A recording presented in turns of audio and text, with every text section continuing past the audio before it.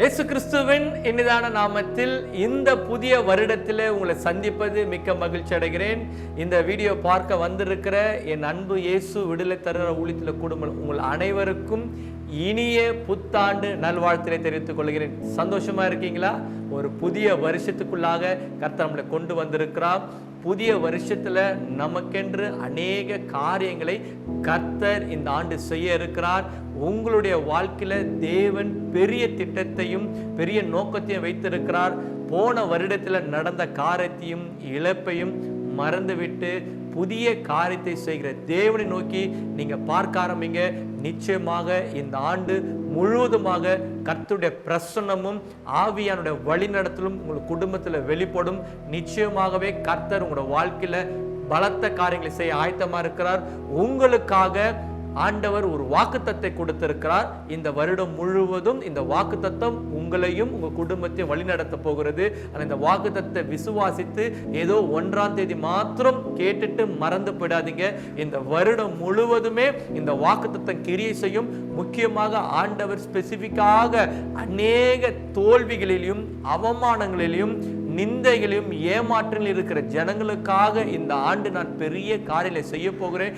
எந்தெந்த காரியத்தெல்லாம் அவங்களால முடியாது தோற்று போன ஒரு பயத்தோடு போன வருடத்தை முடிச்சிருக்கிறாங்களே, இழப்போடு முடிச்சிருக்கிறாங்களே, அவமானத்தோடு என் வாழ்க்கையில இனி ஒரு முன்னேற்றம் என்று இருக்காது என்ற ஒரு கேள்வியோடு இருக்கிறாங்களே, அவர்களுக்காக நீ பேசு என்று ஆண்டவர் கடந்த வருடத்துல எனக்கு நினைவூட்டினார். அதே தான் இன்றைக்கு உங்கள் மத்தியில் நான் பேச இருக்கிறேன். சந்தோஷமா கேட்க ஆயத்தமா? நீங்க சந்தோஷத்தோடு இந்த வாக்குத்தத்தத்தை கேட்கிறது மாத்திரமல்ல, விசுவாசிங்கள். கர்த்தர் நிச்சயமாக கிரியை செய்ய போகிறார். ஒருவேளை நீங்கள் எந்த சூழ்நிலையில இருந்து இதை கேட்டுக்கொண்டிருந்தாலும், எனக்கு ஒரு அணுவு கூட எனக்கு நம்பிக்கை இல்லை பிரதர், எனக்கு நம்பிக்கை இல்லை, இந்த ஆண்டவர் எனக்கு செய்வாரா, இந்த வருஷமாச்சும் எனக்கு ஒரு புதிய துவக்கத்தை கொடுப்பாரா, ஒரு பெருக்கத்தை கொடுப்பாரா, ஒரு ஆசீர்வாதம், ஒரே ஒரு ஆசீர்வாதம் எனக்கு கொடுப்பாரா என்று நீங்கள் எதிர்பார்க்கிறீங்களே, உங்களை பார்த்துதான் ஆண்டவர் இந்த நாளில் பேச இருக்கிறார். முழுவதுமாக பாருங்கள். கடைசியாக உங்களுக்காக நான் ஜெபிக்க இருக்கிறேன். கர்த்தருடைய வல்லமை இந்த வருடத்துல வெளிப்பட போகுது. இந்த வார்த்தையின் மூலமாக ஆவியானவங்களோட பேச இருக்கிறார். உங்களுக்காக நான் கடந்த வருடத்துல ஜெபித்த போது ஆவியானவர் ஒரே ஒரு வாக்குத்தத்தத்தை நினைவுபடுத்தினார், எனக்கு காண்பித்தார். ஆபிரகாமுடைய வாழ்க்கையில ஆண்டவர் எப்படி ஆபிரகாமை ஆசீர்வதித்தார், எந்த சூழ்நிலையில ஆபிரகாமை ஆசீர்வதித்தார், அந்த ஆபிரகாமுடைய வாழ்க்கையில ஆண்டவர் என்ன வாக்குத்தத்தம் கொடுத்தார் என்பதை சொல்லிதான் உங்களுக்கு ஜெபிக்க இருக்கிறேன்.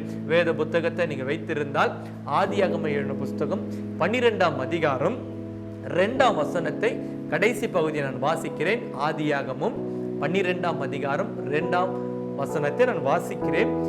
நீ ஆசீர்வாதமாய் இருப்பாய். ஆண்டவர் உங்களை பார்த்து இந்த புதிய வருடத்துல சொல்லுகிற ஒரு வாக்குத்தத்தம், நீ ஆசீர்வாதமாக இருக்க போகிறாய். ஏன்னா நீங்க நினைக்கலாம், என் வாழ்க்கையில ஒரு ஆசீர்வாதம் இல்லாம இருக்கிற, ஒரு நன்மை இல்லாமல் இருக்கிற, ஒரு குடும்பத்துல ஒரு ஆசீர்வாதம் இல்லாமல் இருக்கிற, கடந்த வருடம் முடிவுல கூட ஒரு ஆசீர்வாதம் இல்லாதபடியாக தான் நான் முடிச்சிருக்கிற. புதிய வருஷத்துல ஆண்டவர் உங்களுக்கு கொடுத்த ஒரு வாக்குத்தத்தம் தான், நீ ஆசீர்வாதமாய் இருப்பாய்.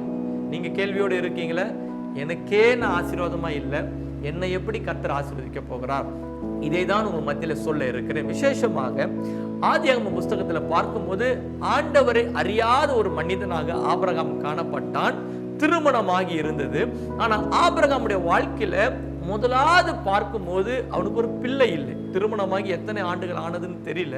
ஆனா ஆபிரகாமுடைய வாழ்க்கையில ஒரு பிள்ளை இல்லாதபடி காணப்படுகிறது. ஒருவேளை இதை கேட்கிற என் அன்பு தேவ ஜனங்களே, ஒருவேளை ஆபிரகாமுடைய வாழ்க்கையில பார்க்கும்பொழுது திருமணமாகி பிள்ளை இல்லாத சூழ்நிலைக்குள்ளாக அவனுக்குள்ள ஒரு ஆசீர்வாதமே இல்லை. முதலாவது எல்லாரும் எதிர்பார்க்கிறது, திருமணமான உடனே எனக்கு ஒரு கர்ப்பத்தின் கனி வேணும், அதுதான் ஆசீர்வாதம் என்று அநேக நபர்கள் சொல்லுவார்கள். அந்த பிள்ளை இல்லை என்றால் என்ன, ஒரு புழு இல்லையா, ஒரு பூச்சி இல்லைன்னு சொல்லி அநேக பெரியவர்கள் கேட்பார்கள். அதே போலதான் இன்னைக்கு கிறிஸ்தவர்களுடைய வாழ்க்கையிலும், நீங்க கிறிஸ்டினா இருக்கீங்க, உங்க வாழ்க்கையில ஒரு ஆசீர்வாதம் இல்லையா? ஒரு நன்மை இல்லையா? நீங்க அந்த ஆண்டவரை தான் நம்பிக்கொண்டு இருக்கிறீங்க. இத்தனை வருஷமா ஆண்டவர் ஆண்டவர் சொல்லி அந்த ஆண்டவர் உங்களுக்கு என்னதான் செஞ்சாரு, உங்க பிள்ளைக்கு என்னதான் செஞ்சாரு என்று அநேக கேட்கிறது போலதான் இங்க ஆபிரகாமுடைய வாழ்க்கையிலுமே என்ன நடந்ததுன்னா, ஆபிரகாம் திருமணமாகி முதலாவது அவனுக்கு தேவையான ஆசீர்வாதமே ஒரு குழந்தை இல்லை. ஆனா ஆண்டவர் ஆபிரகாமை கூப்பிட்டு என்ன சொல்றான்னா, ஆபிரகாமே நீ என்ன செய், நீ நான் சொல்ற இடத்துக்கு போ, உன்னை நான் என்ன செய்ய போறேன், நீ ஆசீர்வாதமா இருக்க போகிறேன். அவன் ஒரு நல்ல ஒரு பட்டணத்துல இருக்கிறான், ஆண்டவர் அறியாத இடத்துல. நான் ஆபிரகாமை ஆண்டவர் கூப்பிட்டு நீ ஆசீர்வாதமா இருப்பாய். ஆபிரகாம் யோசிச்சிருக்கலாம், எனக்கு நீங்க தான் உண்மையான கடவுள்னா முதலாவது எனக்கு ஒரு குழந்தைய கொடுங்க, அப்புறம் நீங்க சொல்றத நான் கேட்கறேன்னு சொல்லி ஆபிரகாம் நினைச்சிருக்கலாம். ஆனா ஆபிரகாம் அதை நினைக்கல. ஏதோ ஒரு தெய்வம், ஏன்னா அவங்க அப்பா பார்க்கும்பொழுது ஒரு சிலைகளை செய்கிற ஒரு தொழிலை செய்து கொண்டிருந்தார். ஆபிரகாமுடைய தகப்பன் பார்த்தீங்கன்னா சிலைகளை செய்து தெய்வங்களை செய்து செய்து விற்கிற ஒரு தொழிலை செய்தனால ஆபிரகாமுக்கு பல விதமான ரூபங்களில தெய்வங்களை தெரியும். ஆனா ஒரு தெய்வம் கூட ஆபிரகாமோட பேசுறதா கிடையவே கிடையாது. சிறு வயதுல இருந்து பார்த்திருப்பான், இந்த தெய்வம் பேசுமா, அந்த தெய்வம் பேசுமா, இந்த தெய்வம் பேசுமான்னு சொல்லிட்டு ஆபிரகாமுக்குள்ள பல கேள்விகள் இருந்திருக்கும். ஆனா ஒரு தெய்வம் கூட ஆபிரகாமிட்ட பேசல. ரெண்டாவது பார்க்கும்போது ஆபிரகாமுடைய வாழ்க்கையில திருமணமாகி ஒரு பிள்ளை இல்லை. அதனால கடவுள் இருக்கிறாரா இல்லையா என்ற ஒரு கேள்வியோடு வாழ்ந்திருந்த ஆபிரகாமுடைய வாழ்க்கையில உண்மையான தெய்வம் இயேசு கிறிஸ்து அவர் பேசினார். உண்மையான தெய்வம் ஆபிரகாமோட பேசினதுனால ஆபிரகாம் அந்த வார்த்தைக்கு செவி கொடுத்தா. அந்த வார்த்தையில ஒரு நம்பிக்கை இருக்குது. ஒருவேளை நீங்கள் கூட 2023 ஆண்டு வரையிலும் அநேக தெய்வங்களை தேடி இருக்கலாம், அநேக கடவுள்களை தேடி இருக்கலாம். ஒரு கிறிஸ்தவர்களா இருந்தாலும் நீங்கள் அநேக ஆலயத்திலும் அநேக ஊழியக்காரர்களையும் கடவுள் என் கூட பேசுவாரா, கடவுள் என் ஆசீர்வதிக்க மாட்டாரா என்று நீங்கள் பல ஆண்டுகளாக தேடி தேடி அலைந்து கடைசியாக அந்த கடவுள் இருக்கிறாரா, கடவுள் இருந்தா ஏன் என் வாழ்க்கையில ஒரு ஆசீர்வாதம் கொடுக்க மாட்டேங்கிறாரு, கடவுள் இருந்தா ஏன் எனக்கு ஒரு நம்பிக்கை நல்லது நடக்க மாட்டேங்குது என்ற ஒரு கேள்வியோடு இருக்கீங்களே, அல்லது திருமணம் ஆகி இத்தனை ஆண்டுகள் ஆனது என் வாழ்க்கையில ஏன் இன்னும் ஒரு குழந்தை பாக்கித்து அந்த கடவுளால கொடுக்க முடியாதா, உண்மையான தெய்வம் சொல்றீங்களே, எத்தனையோ பேருக்கு ஆண்டவர் அற்புதம் செய்கிறாரு, ஏன் என்னுடைய வாழ்க்கையில ஒரு குழந்தையை கொடுக்க முடியாதுன்னு சொல்லிட்டு ஒரு கேள்வியோடு இருக்குல்ல. இந்த கேள்வியோடு இருக்கிற என் அன்பு மகளே, என் அன்பு சகோதரனே, ஆண்டவர் உன்னை பார்த்து சொல்லுகிறார், நீ ஆசீர்வாதமா இருக்க போகிறாயா. எப்படி என்றால் அநேக ஜனங்களுக்கு, அநேக சாதிகளுக்கு, அநேக பேர்களுக்கு கர்த்தர் இந்த வருடம் உங்களை ஆசீர்வாதமாக மாற்ற சித்தமுள்ளா இருக்கிறார். இதை நீங்கள் தீர்க்க தரிசனமாக ஆவியானவர் உங்களோடு பேசிக் கொண்டிருக்கிறார். நீங்க நினைக்கலாம், எனக்கே ஆசீர்வாதம் போது நான் எப்படி அநேக இருக்கு, அதே தான் ஆபிரகாம் நினைச்சான். எனக்கே நான் ஆசீர்வாதம் போது என்னை கொண்டு அநேக காரியங்களை செய்கிறார். ஆமா, ஆபிரகாமை ஒரு மனிதன் தெரிந்தெடுத்து ஆபிரகாமின் மூலமா ஒரு பெரிய திட்டத்தை கொடுக்கிறார். அதை தான் உங்கள் மத்தியில் சொல்லி உங்களுக்கான சொல்லியிருக்கிறேன். முக்கியமாக ஆபிரகாமை ஆண்டவர் கூப்பிட்டு என்ன சொல்லுகிறார் என்றால் 12ஆம் அதிகாரம் 1ஆம் வசனம், கர்த்தர் ஆபிரகாமை நோக்கி, நீ உன் தேசத்தையும் உன் இனத்தையும் உன் தகப்பனுடைய வீட்டையை விட்டு புறப்பட்டு நான் உனக்கு காண்பிக்கும் தேசத்துக்கு புறப்பட்டு போ. முதலாவது ஆபிரகாமுக்கு ஆண்டவர் கொடுக்கிற ஒரே ஒரு கட்டளை, நீ இந்த இடத்துல இருக்காதப்பா, நீ புறப்பட்டு போ. நான் உனக்கென்று ஒரு தேசத்தை வைத்திருக்கிறேன், உனக்கென்று ஒரு திட்டத்தை வைத்திருக்கிறேன், உனக்கென்று ஒரு நோக்கம் இருக்கிறது. அந்த நோக்கத்தை செய்வதற்காக தான் நான் உன்னிடத்தில் வந்திருக்கிறேன். அந்த நோக்கத்தை செய்ய வேண்டும் என்றால் இந்த இடத்தை விட்டு நீ புறப்பட்டு போனாதான் நீ அநேக காரியங்களுக்கு ஆசீர்வாதம் மாற முடியும். இதை கேட்கிற என் அன்பு வாலிப மகனே மகளே, உங்க வாழ்க்கையில நீங்க ஆண்டவர் உங்களுக்கென்று ஒரு திட்டத்தை வைத்திருக்கிறார். ஆனா அந்த திட்டத்தை ஆண்டவர் உங்க வாழ்க்கையில் நிறைவேற்ற வேண்டாம். நீங்கள் இந்த புதிய வருடத்தில் ஒரு தீர்மானம் எடுங்கள். விட வேண்டிய காரியத்தை விடும் பொழுதுதான் கர்த்தர் உங்களை ஆசீர்வதிக்க முடியும். அவர் ஆசீர்வதிக்க ஆயத்தமா இருக்கிறார். ஆனால் நீங்கள் விட ஆயத்தமா? ஆண்டவர் உங்களுக்கு என்று சில காரியங்களை சொல்லி இருக்கிறார். அந்த காரியத்தை விட ஆயத்தமா? விக்கிரக ஆராதனை என்ற காரியத்தை விட ஆயத்தமா? சத்துருடைய கிரியிலிருந்து விட நீங்கள் ஆயத்தமா? இன்னும் மூட நம்பிக்கையிலும் மூட கலாச்சாரத்திலும் வாழ்ந்து கொண்டிருக்கிற காரியத்தை விட ஆயத்தமா? இன்னும் விக்கிரகத்தின் வல்லமையினால் அலக்களிக்கப்பட்டிருக்கிறீங்க, ஆண்டவரை தேடாதபடி காணப்படுறீங்க, அதை விட்டுவிட உங்களுக்கு ஆயத்தமா? நீங்கள் விடும் பொழுது கர்த்தர் நிச்சயமாகவே உங்களை கொண்டு அநேக சாதிகளுக்கு ஆசீர்வாதம் பண்றார். எப்படி ஆபிரகாம் என்ன செய்தனா, நான் வாசிக்கிற 12:5, ஆபிரகாம் சொன்னபடியே அவன் புறப்பட்டு, ஆதியாகமம் 12ஆம் அதிகாரம் 4ஆம் வசனம் உங்களுக்காக நான் வாசிக்கிறேன். கர்த்தர் ஆபிரகாம் சொன்னபடியே அவன் புறப்பட்டு போனான். எங்க போனானா, இவ்வளவு வருஷமா இருந்த தேசத்தையும் தகப்பன் வீட்டை விட்டு கர்த்தர் காண்பித்த ஒரு தேசத்துக்கு போன போல இத்தனை வருஷமா ஒரு வாழ்க்கை வாழ்ந்திருப்பீங்களே, இத்தனை வருஷமா உங்க நடக்கையில ஒரு மாறாமல் இருந்திருக்கல, இத்தனை வருஷம் கடவுளை தேடி இருப்பீங்களே. ஆனா இந்த 2024ஆம் ஆண்டுல ஒரு மாற்றத்தை உங்க வாழ்க்கையில காணும்போது நீங்கள் அநேக ஜாதிகளுக்கு கர்த்தர் உங்களை ஆசீர்வாதம் மாற்ற போகிறார். விசுவாசிக்கிறீங்களா? ஒரு 3 காரியத்தை சொல்லி உங்களுக்காக நான் ஜெபிக்க இருக்கிறேன். விசேஷமாக ஆதியாகமம் 12ஆம் அதிகாரம் 2ஆம் வசனம், நான் உன்னை பெரிய ஜாதியாக்க போறேன்.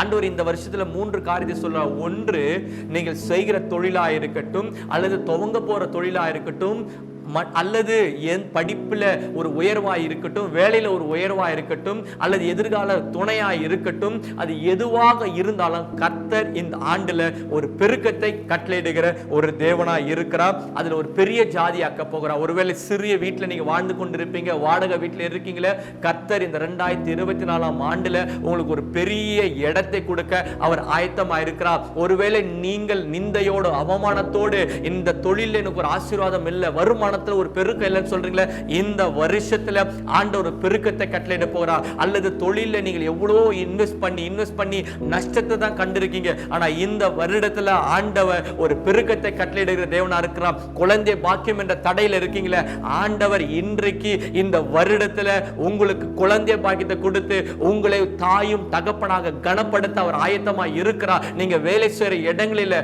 உங்களை நீங்க நினைக்காத ஒரு போஸ்டிங்கை கர்த்தர் கொடுத்து உங்களை கனப்படுத்துற தேவனா இருக்கிறார். இதை பார்க்கிற என் அன்பு ஊழியர்களே, உங்க வாழ்க்கையில என் ஊழியத்துல ஒரு பெருக்கம் இல்ல, நான் எவ்வளவோ பிரயாசப்படுறேன், ஆண்டவரை நம்பிதான் இந்த ஊழியத்துக்கு வந்திருக்கிற, எல்லாத்தையும் விட்டுட்டு இன்னைக்கு எல்லாரும் என்னை ஏளனமா பேசுகிறார்கள், ஊழியத்துல ஒரு அறுவடை இல்லைன்னு சொல்லுறாங்க. ஆனா ஆவியானவர் இந்த புதிய வருடத்துல சொல்லுகிறார், உன் ஊழியத்துல நீங்க செய்கிறீங்களே, அது சின்ன ஊழியமோ அது சின்ன ஜெப கூட்டமோ, அதுல ஆவியானவர் ஒரு பெரிய காரியத்தை செய்ய ஆயத்தமா இருக்கிறார். உங்களை கொண்டு பெரிய ஜாதி ஆக்க போகிறார். விசுவாசிக்கிறீங்களா?